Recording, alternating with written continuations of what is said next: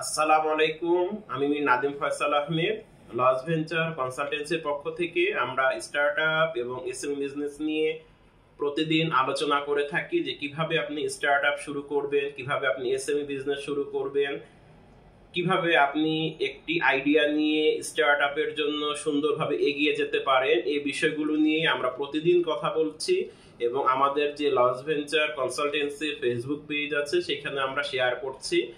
আরেকটি জিনিস বলে রাখা ভালো, আমরা বাংলাদেশেই প্রথম যারা একটি ইউটিউব চ্যানেল খুলেছে শুধুমাত্র স্টার্টআপ এবং এসএমই বিজনেস নিয়ে, যেখান থেকে আপনি গেলে স্টার্টআপ এবং এসএমই বিজনেস রিলেটেড প্রতিটি প্রশ্ন, প্রতিটি উত্তর এবং স্টার্টআপ এবং এসএমই বিজনেস রিলেটেড বিভিন্ন ধরনের জিজ্ঞাসা আপনাদের থাকতে পারে, সেগুলো আমরা সেখানে দিয়ে রাখি এবং প্রতিদিন আমরা সেখানে ভিডিও আপলোড করছি এই বিজনেস রিলেটেড বিভিন্ন টপিকসগুলো নিয়ে। আজ আমরা কথা বলবো ক্রেডিট কার্ড নেওয়ার আগে কি কি বিষয় খেয়াল রাখতে হবে। এর ফুল কনসালটেন্সিটি আমাদের যে ইউটিউব চ্যানেল আছে লস ভেঞ্চার, সেখানে দেয়া থাকবে, সেখান থেকে ফুল কনসালটেন্সিটি দেখে নেবেন। আমরা দীর্ঘ সময় ধরেই বিজনেস নিয়ে কাজ করছি, স্টার্টআপ নিয়ে কাজ করছি, এসএমই বিজনেস নিয়ে কাজ করছি, যে কিভাবে আসলে আমাদের স্টার্টআপ বা এসএমই বিজনেস নিয়ে এগিয়ে যাওয়া উচিত, এই বিষয়গুলো নিয়ে আমরা কাজ করছি। আসলে কিভাবে এগিয়ে গেলে ভালো হবে সেগুলো নিয়েও আমরা রিসার্চ বা অ্যানালাইসিস করছি।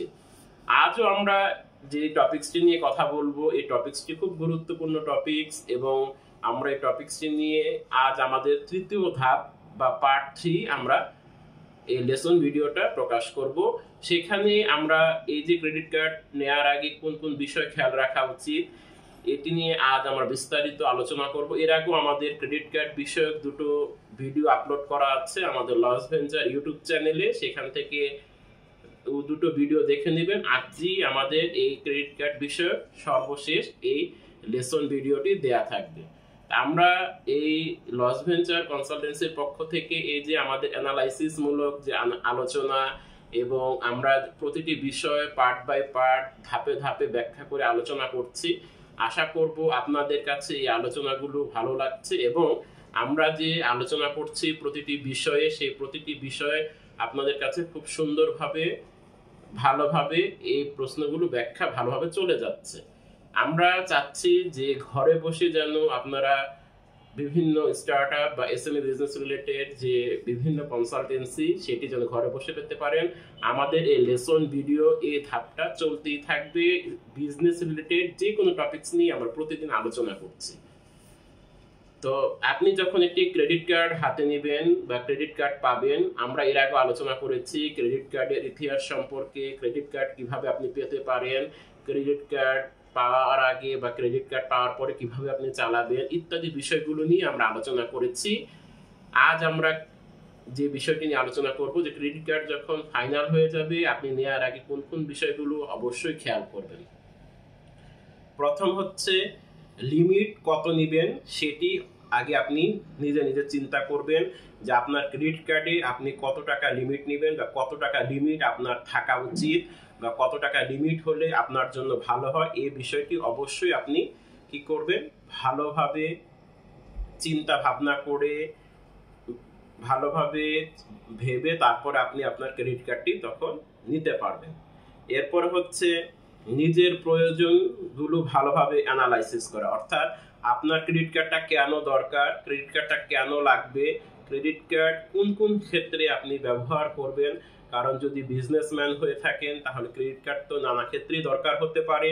তো কোন কোন জায়গায় কেন লাগবে ক্রেডিট কার্ড, কেন আপনার এটি দরকার হবে, এই বিষয়টি আপনি ভালোভাবে আগে আলোচনা করে ভালোভাবে কথা বলে তারপরে আপনি ক্রেডিট কার্ডটা নিয়ে থাকবেন। এরপর হচ্ছে ক্রেডিট কার্ডের বিল এবং নির্দিষ্ট তারিখের মধ্যে পরিশোধ করা। অবশ্যই এটি জিজ্ঞাসা করে নেবেন যে ক্রেডিট কার্ডের বিল দেওয়ার একটি নির্দিষ্ট তারিখ থাকে বা ক্রেডিট কার্ডের বিল দেওয়ার একটি নির্দিষ্ট সময় থাকে। সেই সময়টা পার হয়ে গেলে তখন সেখানে অতিরিক্ত ইন্টারেস্ট যোগ হয় এবং অতিরিক্ত চার্জ যখন যোগ হবে তখন সেটি আপনার জন্য দেয়া কষ্টকর হয়ে যাবে এবং যখন এটি আপনার জন্য দেয়া কষ্টকর হয়ে যাবে তখন সেটি আপনার দিতে স্বাভাবিক ঝামেলা হতে পারে। এজন্য নির্দিষ্ট সময়ের পরে কত টাকা ইন্টারেস্ট যোগ হতে পারে বা কিরকম ভাবে যোগ হবে বা কতদিনের মধ্যে বিলটি দিতে হবে, কতদিনের মধ্যে বিল দিলে ভালো হয়, এই বিষয়গুলো নেওয়ার আগে ভালোভাবে ক্লিয়ার হয়ে তারপরে নেওয়াই ভালো।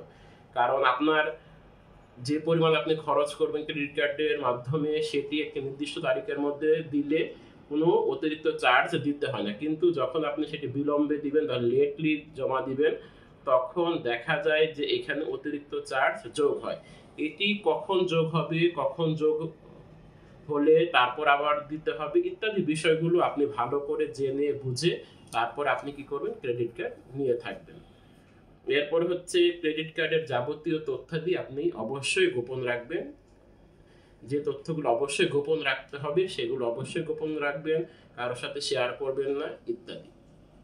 এরপর হচ্ছে পেমেন্ট কিভাবে দিলে জরিমানা এড়ানো সম্ভব সেই জিনিসগুলো আপনি ভালোভাবে জেনে নেবেন।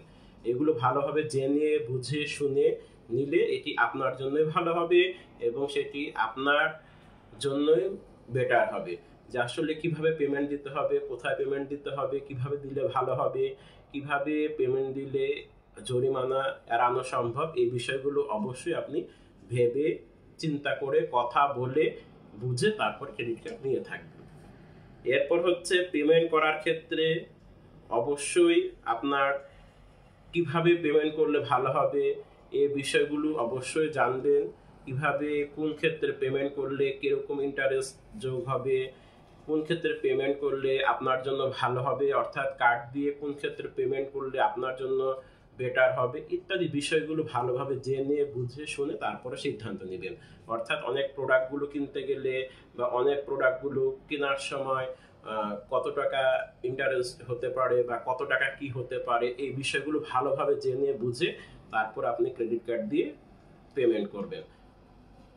তারপর হচ্ছে ক্রেডিট কার্ডের হেল্পলাইন নাম্বারটি অবশ্যই আপনার কাছে রাখবেন, কারণ অনেক সময় ক্রেডিট কার্ড হারিয়ে যেতে পারে বা ক্রেডিট কার্ড অন্যজন নিয়ে যেতে পারে, বা ক্রেডিট কার্ড হারিয়ে গেলে কিভাবে সেটি দ্রুত বন্ধ করা লাগবে বা কিভাবে হারিয়ে গেলে সেটি দ্রুত পাওয়া যাবে ইত্যাদি বিষয়গুলোর জন্য অবশ্যই আপনি যেখান থেকে ক্রেডিট কার্ডটি নেবেন সেটির জন্য অবশ্যই সেখানকার হেল্পলাইন অবশ্যই আপনার কাছে রাখবেন। অ্যাজ এ রেজাল্ট তখন হবে কি, যদি আল্লাহ মাফ করুক আপনার ক্রেডিট কার্ডটি হারিয়েও যায় তাহলে আপনি দ্রুত সেখানে ফোন দিয়ে আপনি হেল্প পেতে পারেন। তো এই বিষয়গুলো যেগুলো আমি কথা বললাম, যেগুলো আলোচনা করলাম, এগুলো অবশ্যই ক্রেডিট কার্ড নেওয়ার ক্ষেত্রে খুবই দরকার, খুবই প্রয়োজনীয় তথ্য এগুলো। এই প্রয়োজনীয় তথ্যগুলো অবশ্যই জেনে বুঝে তারপরে যে কোনো জায়গা থেকে ক্রেডিট কার্ড নিতে পারবেন। তবে সবচেয়ে বড় কথা হলো যে একটি জায়গায় আপনি ক্রেডিট কার্ড দিয়ে খরচ করলেন বা ক্রেডিট কার্ড দিয়ে খরচ করার পরে কতদিন পরে বা কতদিনের মধ্যে পেমেন্ট করলে বা টাকা জমা দিলে আপনার কোনো লেট ফি যোগ হবে না অথবা কোনো জরিমানা যোগ হবে না, এই জিনিসটি সবসময় খেয়াল রেখে তারপরে আপনি সবকিছু করবেন। আশা করব আমাদের আজকের এই আলোচনা আপনাদের ভালো লেগেছে এবং আজকের এই আলোচনাটুকু আপনাদের খুব সুবিধা হবে।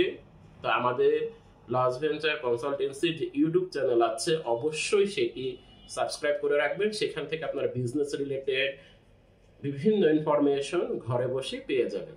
আজ এ পর্যন্তই, আসসালামু আলাইকুম।